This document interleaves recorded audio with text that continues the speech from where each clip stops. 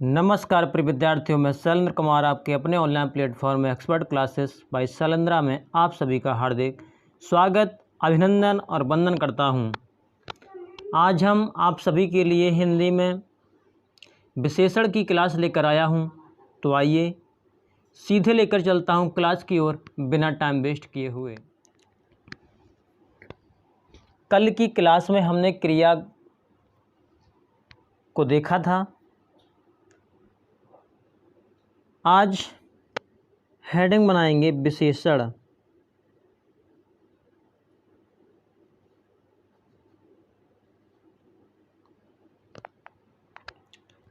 तो सबसे पहले हम ये देखेंगे कि विशेषण का अर्थ क्या होता है।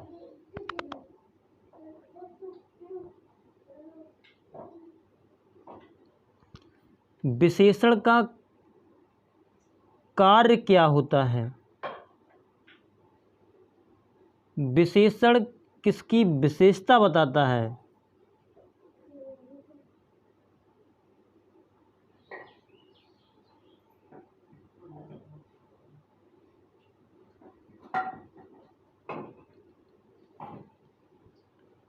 इसका रूपांतर कैसे किया गया है।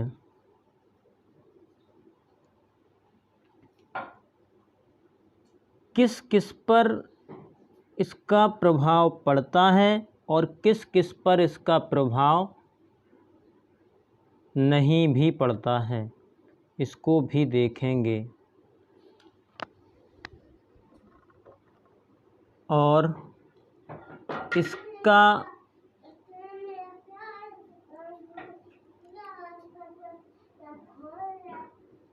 प्रयोग देखेंगे और कितनी इसकी अवस्थाएं होती हैं, उन अवस्थाओं के बारे में भी समझेंगे। तो आइए यहाँ पर लिख देते हैं इसकी अवस्थाएं।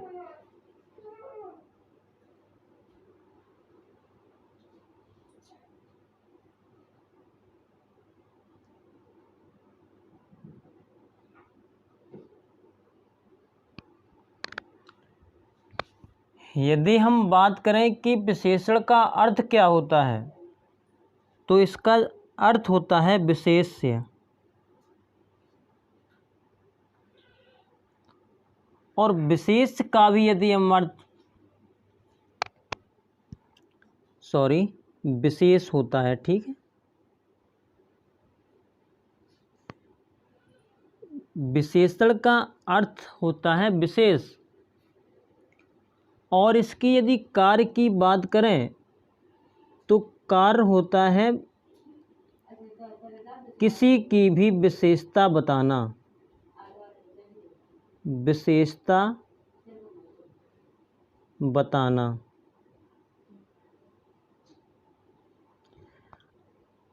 अभी मैंने ये कहा है कि किसी की भी विशेषता बताना, लेकिन आगे मेरा प्रश्न है कि किसी की भी विशेषता बताने का मतलब क्लियर करना है कि किसकी विशेषता बताता है।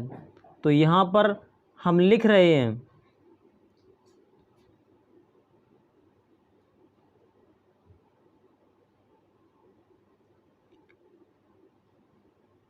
ये संज्ञा की विशेषता बताते हैं और सर्वनाम की भी विशेषता बताते हैं।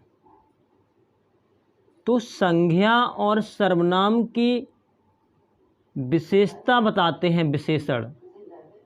और यदि रूपांतर की बात करें तो इनको कहा जाता है कि ये विकारी शब्द हैं। विकारी कहें या फिर व्यय कहें। और यदि हम प्रभाव की बात करें तो किस किस पर इसका प्रभाव पड़ता है, तो लिंग और वचन पर इसका प्रभाव पड़ता है। और किस पर प्रभाव नहीं पड़ता है, यदि ये देखें तो कारक पर इसका प्रभाव नहीं पड़ता है। और प्रयोग की बात करें तो इसके दो प्रयोग हैं,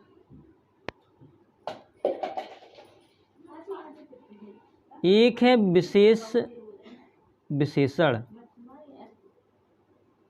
विशेष विशेषण, और दूसरा है विधेय विशेषण।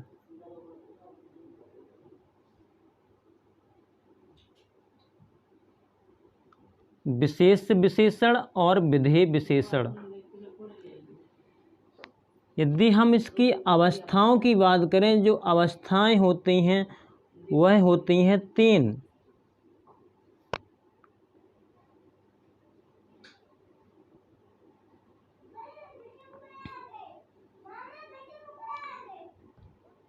जो पहली अवस्था होती है इसको कहा जाता है मूलावस्था,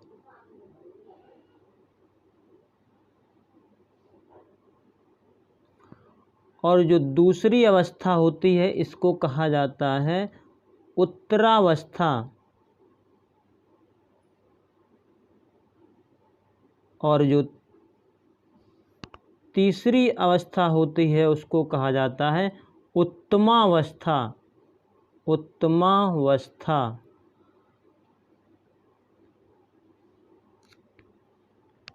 तो चलिए, यहाँ हमने देखा कि विशेषण का अर्थ क्या होता है, तो विशेष होता है।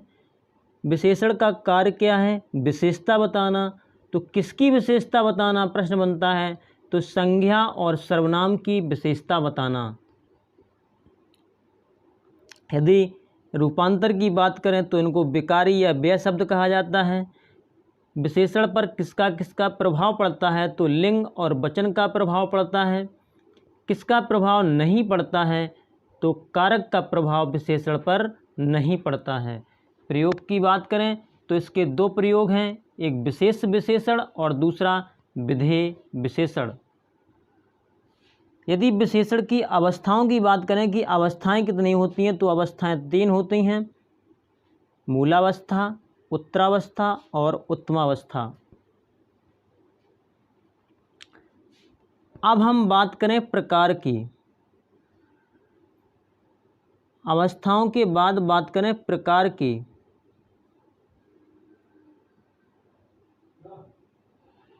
कि इसके कितने प्रकार होते हैं,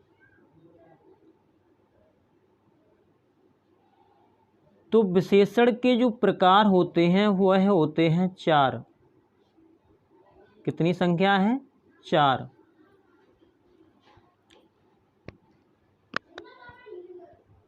आइए उनको भी हम देख लेते हैं।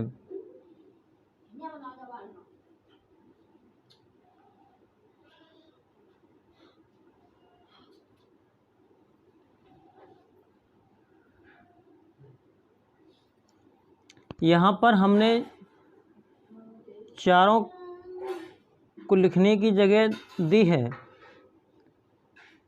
गुणवाचक विशेषण,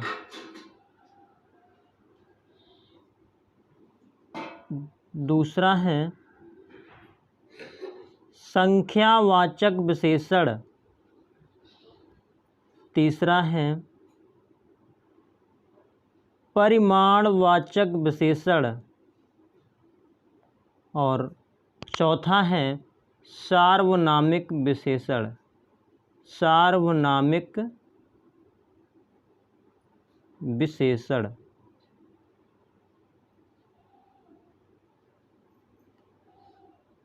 ठीक है, पूरा कर दें।